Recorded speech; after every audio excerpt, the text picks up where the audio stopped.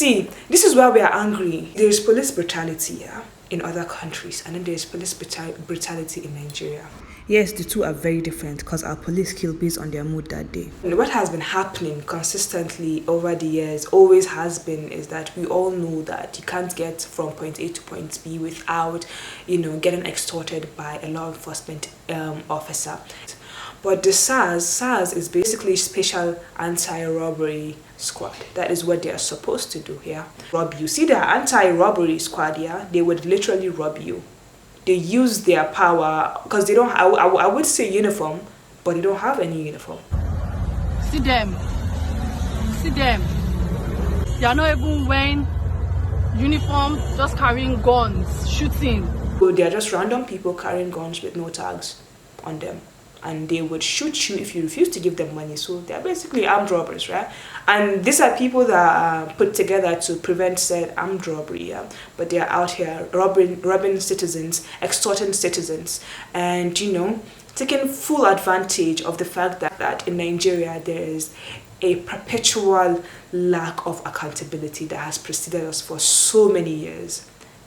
So that is why a SARS officer will be able to kill you, or will be able to ask you where you get that iPhone from, and if you don't answer him correctly, you are dead or kidnapped. Because everybody was like, wait, why are we accepting this? As youth, we are their target audience, so why are we taking this generational nothingness from this country?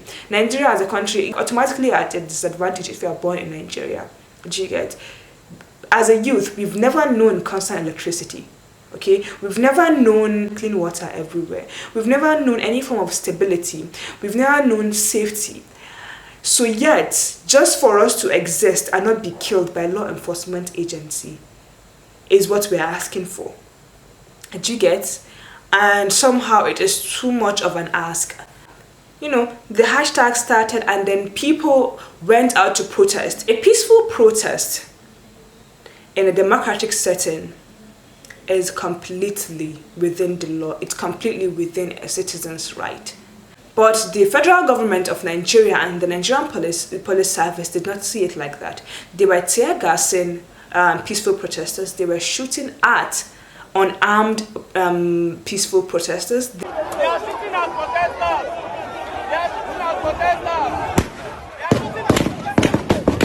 A lot of people were injured. Someone was killed on the spot. Move back, please move back. Killed on the spot by an officer that still hasn't been arrested. Do you get? So the lack of accountability it's just wild. See, it's only in Nigeria where you'd find an officer of the law that is supposed to serve and protect you telling you, I go waste you and nothing will happen, and nothing will happen, because he knows inherently if you're not wealthy or powerful enough to know somebody, you are nobody. Do you get? And their allegiance is to the ruling party, to quote Aisha here, is to the ruling party, not to the citizens. They see the citizens as, a side hustle where they'll get their extortion money and just move. Come and you are clocking guns at us? We are just Nigerians. I mean, I'm 21 years old. You don't do that. We're here to protest. You don't do that. We've been peaceful. Then they came with guns. Soldiers came here. Why? You want to kill me? Even if you're not able to go out, there are many things that you can do to help this protest there. You can retweet. You can amplify the voices. You can amplify the hashtags. In the north, there's a lot of bandits right now. Like, not just right now. There has been a lot of bandits. Like a whole local government could get killed, and what would a politician do? A governor or somebody that is in charge of that district? The only thing that they do is that they go there, they pray their condolence prayer and take pictures and leave. That is it. There is no accountability. Who killed these people? Why can't you get these people? Why have you still not caught these people? So of course, with the whole they are going to dissolve SARS and redeploy we got even more angry. Is it drugs? Are you high? Make it make sense. You're not even going to allow for them to account for anything. They're not even going to lose as little as their jobs. They're going to get redeployed because we are what? Nothing a joke to you? You would notice that I still haven't mentioned the president or any tactics that he's taken to deal with this police brutality or anything that is going on in the country. The reason is he has a specific brand of incompetence that he's continued to be consistent with. Do you get? So when he was seeking for re-election, during that time was when the Zamfara massacre was at, high. People were actually massacring people in Zamfara. A whole local government could get wiped out clean. And more than the killings taking place in Borno, more than the killings taking place in Adamawa and Yobe. These are states that are officially at war. Every day, we bury between 30, 40, 50 people. When we are not burying people, we are selling everything we own to pay kidnappers 15, 20 million. Mr. President has not done well for the people of Zamfara. The people of Zamfara love Mr. President. The people of Zamfara came out in 2015 to vote for Mr. President. Despite their hardship, they came out again in numbers in the just concluded elections to vote for Mr. President. Why is Mr. President treating the people of Zamfara as if they are not citizens of Nigeria, deserving of security? This guy did not mention one bit. He didn't talk about it at all, but still had the audacity. He didn't address it too. Not what he was doing, what he was planning to do. No, dear. He didn't do any of that. Yet he went to Zamfara to ask that they re-elect him. To campaign. He went to Zamfara for all of 20 minutes. It was well after he was re-elected that he now was talking about it and still hasn't done anything about it. Do you get it? So on this SARS issue, he didn't speak about anything. I think he only somewhat, his handle somewhat tweeted something. And 5 days later, it was 5 days later stuff, he didn't tell us anything because that video was completely useless.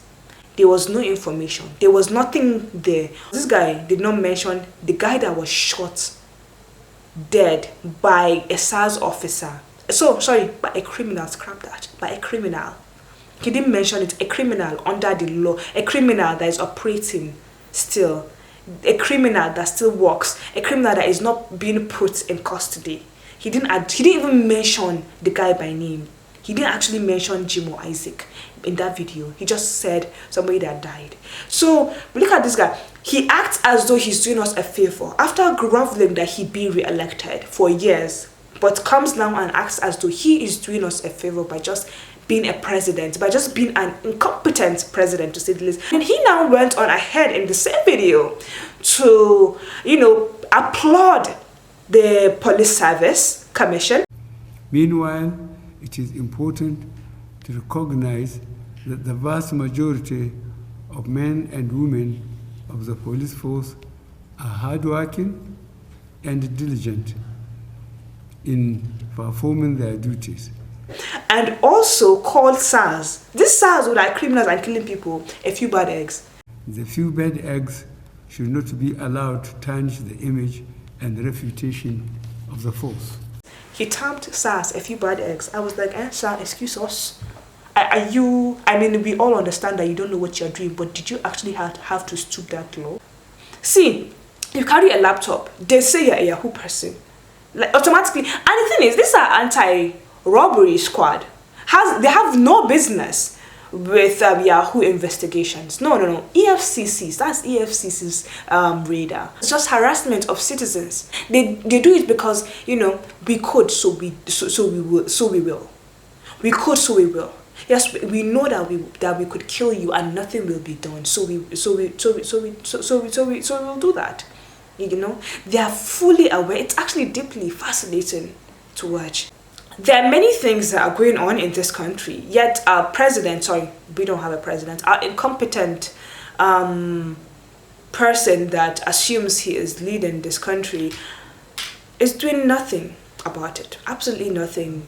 He absolutely doesn't care. If it is not the condition of his kaftan or his new found career as a travel vlogger, which has been squandered because of the whole COVID thing, those are the only things that he cares about. But us as citizens, we are completely worthless. So we're all we've got. Why won't we fight? Why won't we seek justice?